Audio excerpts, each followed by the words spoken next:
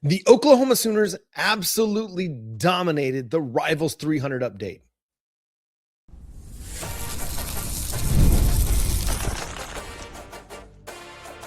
You are Locked On Sooners, your daily podcast on the Oklahoma Sooners. Part of the Locked On Podcast Network, your team every day.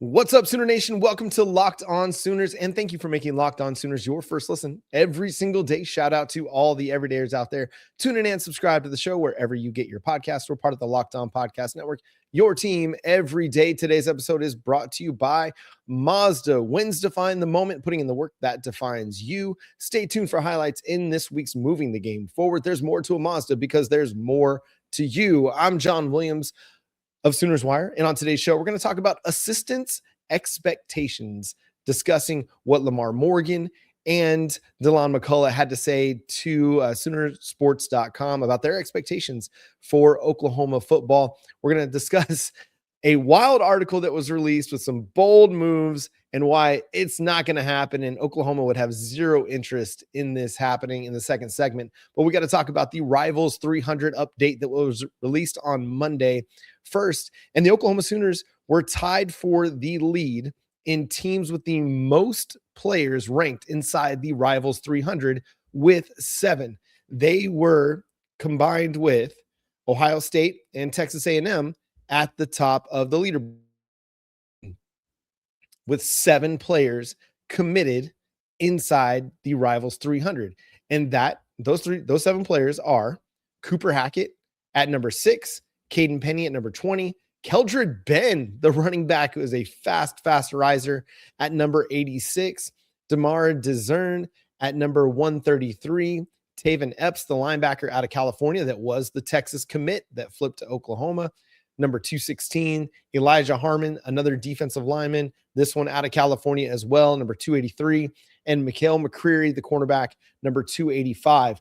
But there are a number of Oklahoma Sooners targets also ranked inside the top 300. And this is where this gets really, really exciting, because not only does Oklahoma have Rivals number 3 recruiting class, they have 247 Sports number 1 recruiting class currently. Still waiting on their spring update. But the Oklahoma Sooners have a chance to finish with the best class in the Brent Venables era. And I don't think that there's any coincidence that as Jim Nagy and Brent Venables get this thing more coalesced and create more cohesion in their scouting and development and front office structure, that they're going to have these really good recruiting classes. And so the Oklahoma Sooners, again, 7 players currently committed in the Rivals 300, but there are 24 players total, including those 7 commitments, 7 uncommitted players that Oklahoma, or 17 uncommitted players that Oklahoma is targeting that are either number 1 or they're number 2, according to the Rivals prediction machine. And that starts with number 29, Gabriel Osborne, the cornerback out of Mustang. He's a 4-star prospect, obviously, at number 29 in the nation. He's somebody that the Oklahoma Sooners, according to the Rivals prediction machine, have a significant lead at 99%. They've received predictions already in the cycle to land a commitment from Gabriel Osborne. Cooper Witten, he's at number 37. And this was a bit of a surprise in the Rivals update, because he's long been considered many places number 1 linebacker in the class. And he is now number 37, which would be outside of 5-star territory. I understand some of the discussion about the level of competition, but that didn't ever seem to matter when it came to Arch Manning, right? I understand some of the discussion when it comes to it's his name, but that never seemed to matter when it came to Arch Manning. So I don't know exactly what happened on his junior film that made people believe that he's not as good a player as what he was originally ranked. But I digress. Number 37. So Oklahoma already in a significant place for 2 more top 40 prospects in Gabriel Osborne and Cooper Witten. That would give Oklahoma, if they are able to land those commitments, 4 top 40 prospects in the class. Incredible. That is an incredible opportunity for the Sooners. They're also heavily in the mix for number 55 in the Rivals update, Bodie Sparrow. He's an edge prospect, or he's an athlete out of Utah, and Oklahoma would play him on the edge, and they've got a significant lead right now, according to the Rivals prediction machine. Prince Goldsby, he's an edge prospect. Alabama seems to be the team that Oklahoma is contending with the most. He's out of Kansas City, Missouri. Now the Sooners have a bit of a complicated history recruiting out of Kansas City, but this is a player that they're heavily in on according to the Rivals prediction machine. And then this is the big riser in the rankings. That's Keldrid Ben. He's still outside the top 300 in the industry rankings over at Rivals, but he's seen his stock skyrocket. Now he's the number 86 prospect. Remember, he was unranked when Oklahoma offered him. Didn't have any other significant offers. Since Oklahoma offered and since Keldrid Ben committed to the Sooners, he's also picked up offers from Oregon, Texas, and Florida State. Seems like Jim Nagy and his staff, they got a thing for evaluations, right? They're a pretty good scouting front office. They're also heavily in the mix for number 99, Juju Johnson. So let's break it down. Just the top 100. There are potentially 7 players in the top 100 that Oklahoma could land. 6 that they're heavily the favorite for right now. That's awesome. Sorry, 8 prospects in the top 100 and 6 that they're heavily the favorite for. So that has a chance to make this a potentially historic class. Number 123 is Case Alexander, the Washington, Oklahoma product. He's the number 11 linebacker in the class, number 4 prospect in the state of Oklahoma. And it seemed like at one point in time that the Sooners were going to be heavily in the mix there, but it looks like he's trending towards Penn State, according to the Rivals prediction machine. But we've seen this team and this front office and this coaching staff be able to flip prospects and change the momentum of recruiting. And then you got DeMar DeZern, the OU commit at number 133, Samaj Stanford, from Broken Arrow at number 149, a big time OU target. The Sooners are contending with Nebraska, Georgia, Ohio State, and Oregon for him, but apparently they're in a pretty strong position right there. He's the number 12 safety in the class. And then you got some others that are significant OU prospects that, hey, according to the Rivals prediction machine, they're in a pretty good spot. That's Darius Jackson out of California, the cornerback at 176. Zane Rowe, the defensive lineman out of Denton, Texas at 193. And then you've got Jalen Scott, the safety out of Alabama at 246. And then Jamison Roberts, this is another big riser, is the quarterback out of Alabama, number 250 prospect in the class. Montre Jackson, cornerback, OU target. He looks like he's heading to Texas, but the Sooners are apparently in the mix there, or at least trying to stay in the mix. Dylan McGee, another quarterback target for OU. According to the Rivals prediction machine, the Sooners have a significant lead there. And then Elijah Harmon is an OU commit at 283. And then Taylor Mayo is a cornerback target for OU, battling it out with Texas A&M, Texas, Ohio State, and USC. The Sooners, according to the Rivals prediction machine, are ahead there. But that's 24 players that Oklahoma is either first or second with in the Rivals recruiting prediction machine. And I'd say there's 17 of those 24 are the Sooners have a lead or they've received predictions for, and 7 of those 24 are committed already. So the Sooners are going to have a chance to have double-digit players inside the top 300 of the Rivals rankings when it's all said and done. And this doesn't include a class that could continue to improve, because a guy like Crew Jones, he's considered a top 200 prospect by 247 Sports at number 156 and the number 46 prospect in the country over at ESPN, but he's not in the top 300 at Rivals. That could change. Devin Robertson, he's one of my favorite players in this class. The Mississippi defensive tackle has got great size. He's not a top 300 prospect right now.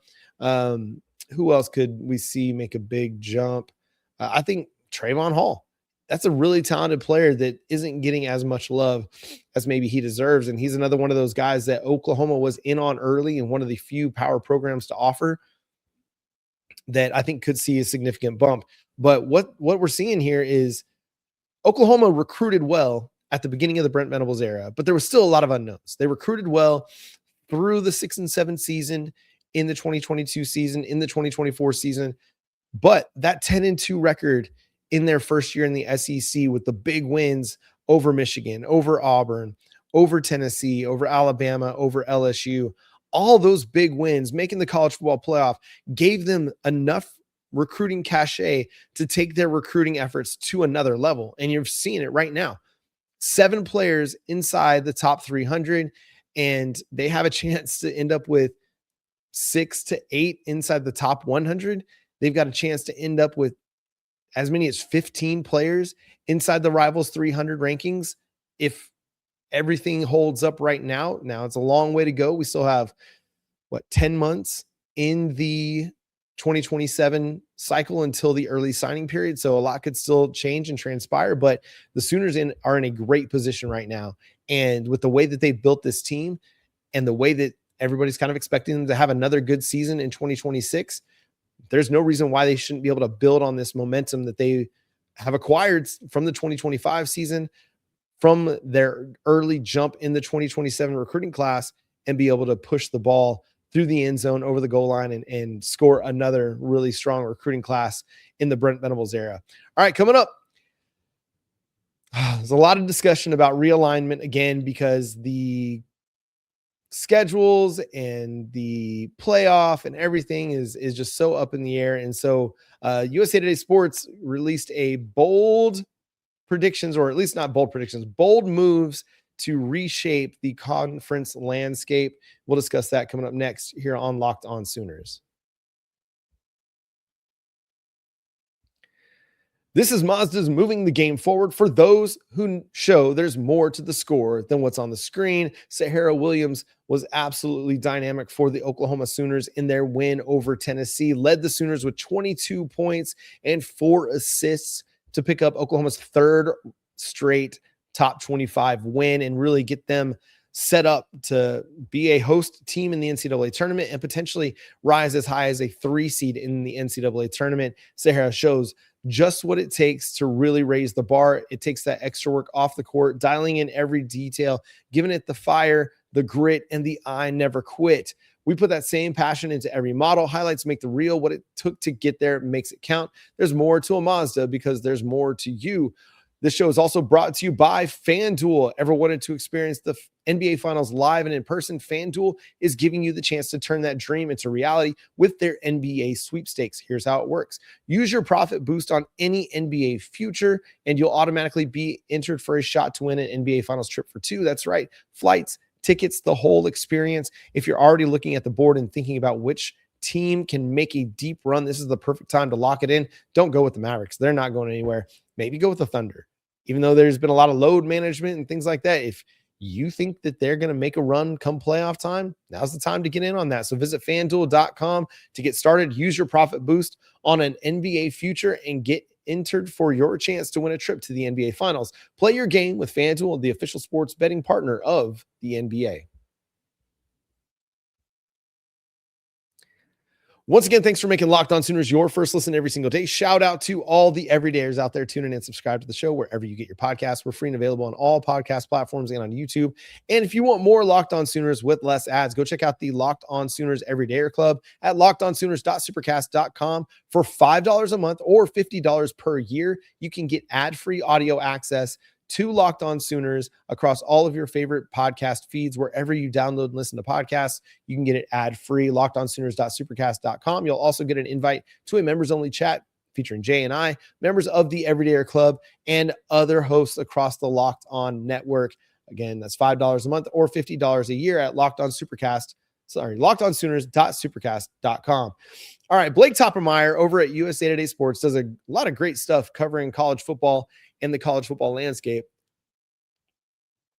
Released an article with 4 bold moves to reshape college football and the conference structure in particular. And one of those bold moves was moving Oklahoma, Missouri, and Nebraska back to the Big 12. He says the old Big 8 schools belong together in a conference oriented around the heartland. So I'm moving Nebraska, Missouri, and Oklahoma back into the Big 12. That'll restore annual rivalries like Oklahoma, Nebraska, Colorado, Nebraska, Kansas, Missouri, and of course, Bedlam. And in order to do that, to clear some room for the Big 12, he's going to move he's going to move Central Florida, West Virginia, and Cincinnati. Those aren't heartland schools anyway. I've got a better fit in mind for WVU and Cincinnati. He says he's going to restore the Big East, the old Big East, from what we had back in the 2010. So I think it's a interesting idea because we only wanted to play Nebraska at night. The only reason we left is because the Big 12 didn't see the big picture of having these big time night games. They wanted the Fox big noon kickoff and those 11 a.m. games to be the highlight game of the week. And it always turned out that Oklahoma was going to play their biggest games in that 11 a.m. window. When it came to the 50-year anniversary of Oklahoma, Nebraska, they wanted to put that game at night. Oklahoma did. I'm sure Nebraska did. But the Big 12 said, no, contract is the contract. You're going to stay in that 11 a.m. window. You're going to do what Fox tells you, basically. And that kind of set the ball rolling for the Sooners to leave the Big 12 for the SEC. And, the first year, it didn't go great. It wasn't smooth. But year two, they went 10-2. They had big wins. They went 6-2 in the SEC, and they made the college football playoff. So why would Oklahoma have any interest in going back? One, they wouldn't. They're content with their lot. They know that they're in arguably the best football conference in college football. It's not arguably. It's the best football conference in college football. The Big Ten may have won the last 3 national titles, but you can't tell me that top to bottom that those 18 programs care more about the sport than they do in the SEC. You just can't. There's no comparison. Every SEC school is nuts about football. Even the schools that are at the bottom of the totem pole, the Mississippi States, the Vanderbilts, the Kentuckys. Vanderbilt's no longer at the bottom of the totem pole. They're rising and they've become a legit team. Mississippi State is going to get fans in their stadium every single game, whether they're a middling team going 6-6 or whether they were a 2-10 team. They show up in Stark Vegas because that is football. And that's the other part of this is Oklahoma wanted these big time matchups, both on the road and at home, to help generate even more fervor around the program. Oklahoma fans are always going to show up, but they show up even more so and get more excited when it's Alabama coming to town versus when it's Kansas coming to town. If you want to take that as disrespect, you can take that as disrespect. That's fine. These games, these matchups with the SEC move the needle in a way that the Big 12 matchups just can't. Nebraska might be the one, if we were to go back, that would move the needle. But even then, considering what Nebraska's become since they fired Bo Pelini back in 2011, they've become a mediocre program, a blue blood program that has become mediocre and a punchline. And the comparison for every other blue blood, oh, you're about to be the next Nebraska. No, Oklahoma's not. Somebody else might become the next Nebraska, but it's not going to be Oklahoma. And so this idea that Oklahoma would have any interest of going back to the Big 12, to me, it's nonsensical. It's not going to happen. The money's too good. The matchups are too good. Oklahoma's proven they can win in the SEC. It just makes sense. I know it just means more in the SEC, but it just makes sense. Also, Oklahoma's not going to be in a conference that Texas isn't in, simply because that's their number one rival. They're going to play them. I know that they used to play in separate conferences when it was the Southwest Conference and the Big Eight. I know that, but they seem to be lockstep at this point because part of the sell of the move to the SEC was you not only get these 2 blue blood programs, but you get our game every year. You get to sell our game to broadcast partners every single year. That's your game. That's ESPN's game. They don't have to share the game. Whereas if Oklahoma and Texas were in separate conferences, the broadcast partners would have to share the game. And so that'd be less revenue for one conference because ESPN wouldn't be buying 100% of OU Texas games. Fox would not be buying 100% of OU Texas games. It'd be split. And so the SEC would generate less revenue. Therefore, maybe Oklahoma, Texas generate less revenue out of that. I don't know. But it's not a thing that's going to happen. Oklahoma could make Bedlam happen and wants to make Bedlam happen every year. We'll see what Oklahoma State does down the road when their non-conference schedule clears up a little bit. Oklahoma, Jim Nagy, you ask general manager Jim Nagy, and he'd be up for making OU Nebraska a regular game every single year. You don't have to be in the same conference to restore rivalries. You can look at the Clemson, South Carolina. You can look at Florida, Florida State. You can look at Georgia, Georgia Tech, Army, Navy. Like, there are a number of games out there that don't have Iowa, Iowa State, that don't have two teams in the same conference that play every single year regardless. Oregon and Washington and are good examples of that too.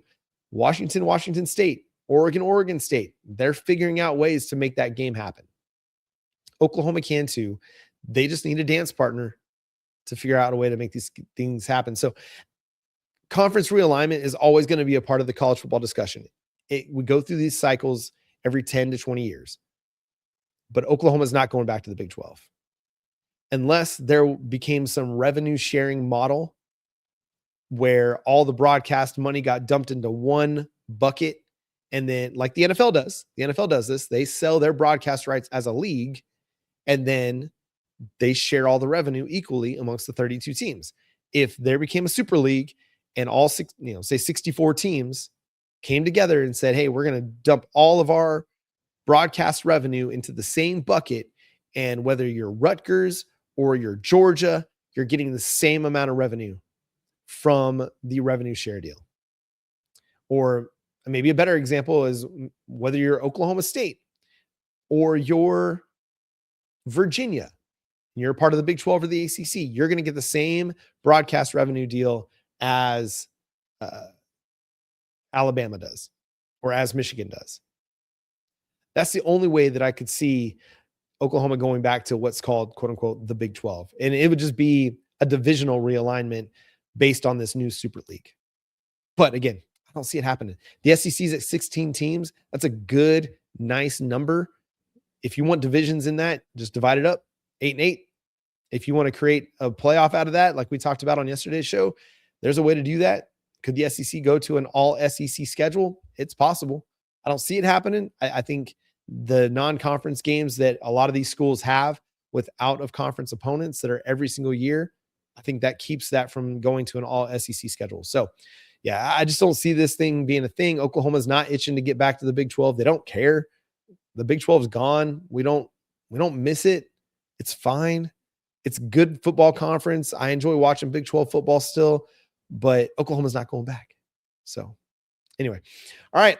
So the assistant coaching hires for Oklahoma, we got some great quotes from these guys and what it means for them to be at Oklahoma and what they're going to bring to the table. We'll discuss that coming up next here on Locked On Sooners.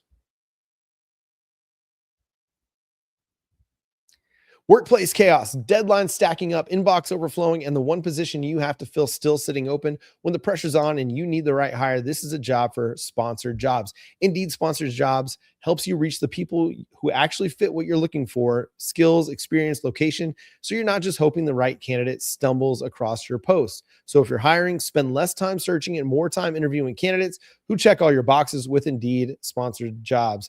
Listeners of this show will get a $75 sponsored job credit to help get your job the premium status it deserves at Indeed.com/podcast. Just go to Indeed.com/podcast right now and support our show by saying you heard about Indeed on this podcast. Indeed.com/podcast. Terms and conditions apply. No or need to hire. This is a job for Indeed Sponsored Jobs. Once again, thanks for making Locked On Sooners your first listen every single day. Shout out to all the everydayers out there tuning in and subscribe to the show wherever you get your podcasts. We're part of the Locked On Podcast Network, your team every day. The Oklahoma Sooners announced their coaching hires the other day. And really loved what LaMar Morgan and Deland McCullough had to say in their statements.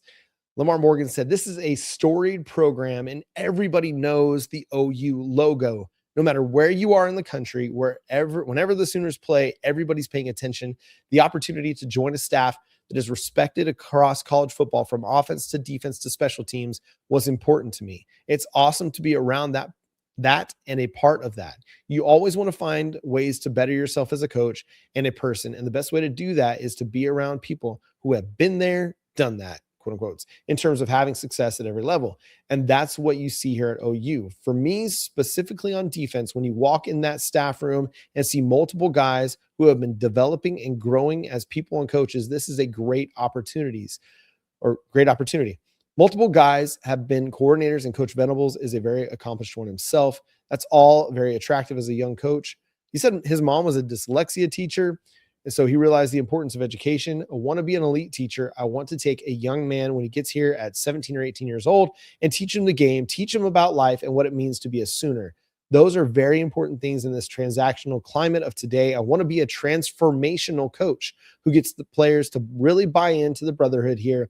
The standard here is really, really high, and we have to work with our guys to strive to get better each and every day. Dude, love all of that from LaMar Morgan, from the recognition that OU's brand rings out across the country, that when the Sooners play, people take notice. When that interlocking OU is on the field, everybody stops down what they're doing to watch Oklahoma football. And you see that in the ratings.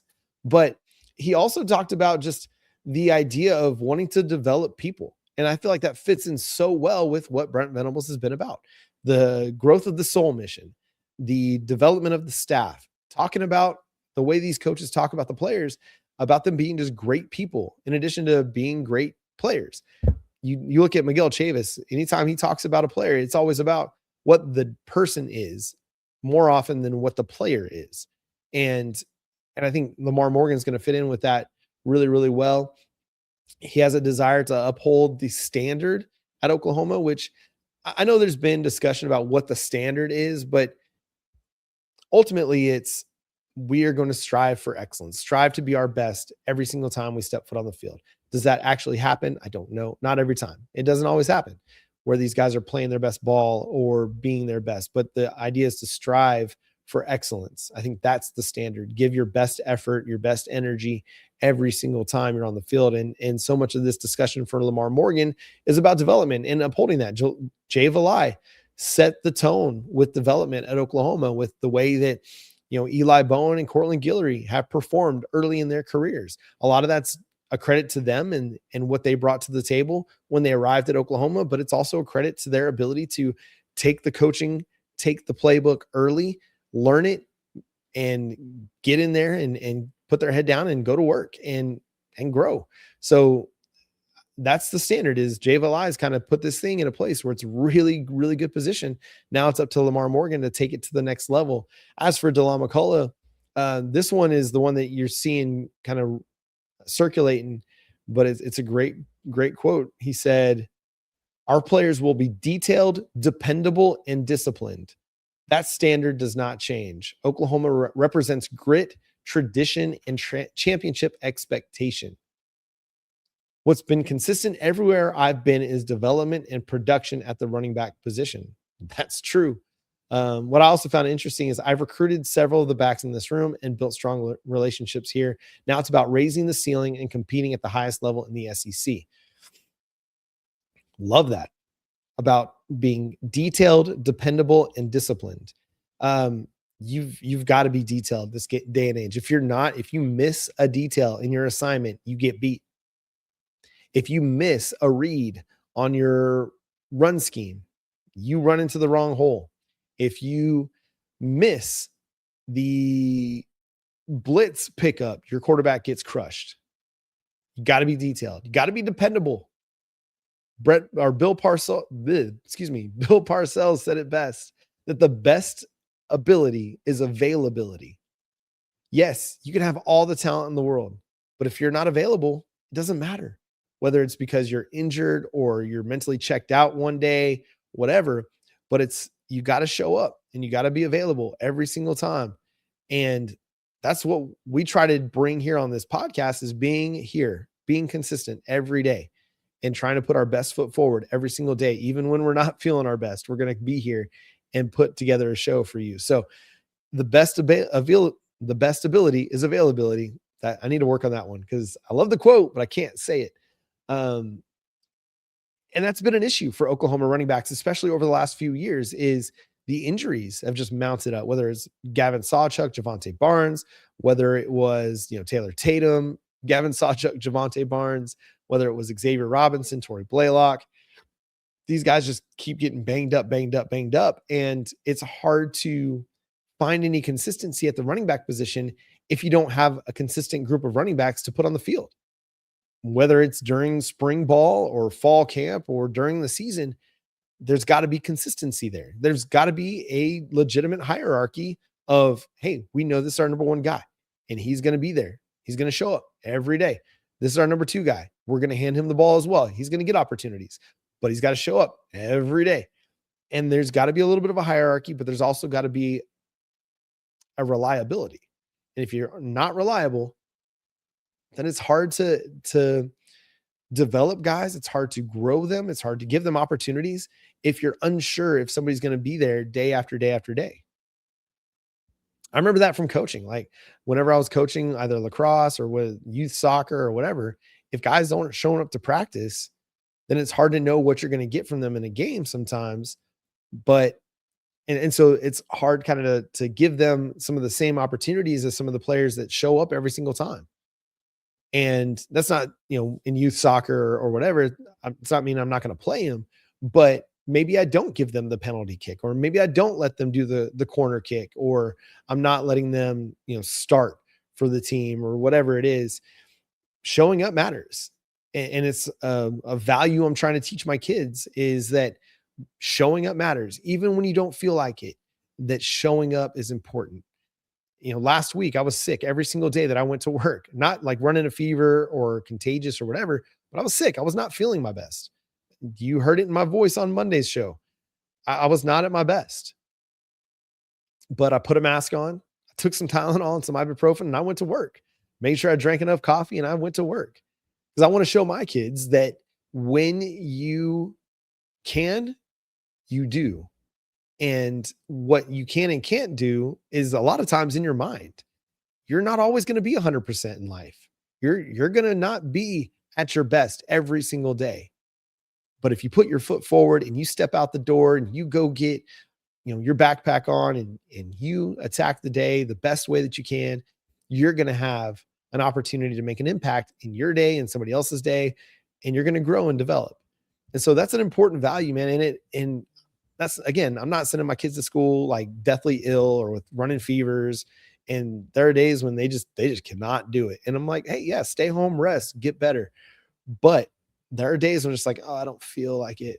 My head kind of hurts. We got to fight through some of these things in life, because it's too easy to just lay down and let just life take you down. So I'm excited, man. These two coaching hires, sorry, that's a long diatribe from the values of John, and I apologize for that. But these coaching hires are great. I think we've discussed it a lot. We love the additions of LaMar Morgan and Deland McCullough, and we feel like they are great fits at Oklahoma in particular. It's not just about, hey, they bring, this great development, this great production, but I think culturally, they fit exactly what Brent Venables wants to be about as a program and what the Soul program is about. And dude, I'm excited to see where they take it from here, because we got to level up. We can't rest on what we did in the past. Yes, 50 conference championships, 7 national championships, 7 Heisman winners. That's all great and fine. Going 10-2 in 2025 is awesome. Making the playoff is fine. It's great. Got to move forward. You got to build on that. You can't just rest on that. And I hope that that's the message to the players this offseason, is we got to build. We can't just lay the foundation and be comfortable just sleeping on a concrete slab. No, we've got to build the house and got to keep adding things to what we're trying to build in this championship build. And that's going to do it for today's episode of Locked On Sooners. Thanks so much for tuning in and being a part of the show. Subscribe to the show wherever you get your podcasts. We're free and available on all podcast platforms and on YouTube. But if you want ad-free audio of Locked On Sooners, wherever you download and listen to podcasts, you can get it by going to lockedonsooners.supercast.com for $5 a month or $50 a year. Again, for ad-free audio access. And you get to ask questions to Jay and I. You can talk ball with other members of the Everydayer Club and other hosts across the Locked On community. So if you're a fan of Locked On Thunder, you can ask Rylan Stiles questions over there in the Locked On chat as well. So $5 a month, $50 a year. Make sure you go follow the show at Locked On Sooners, wherever you like to do your social media stuff as well.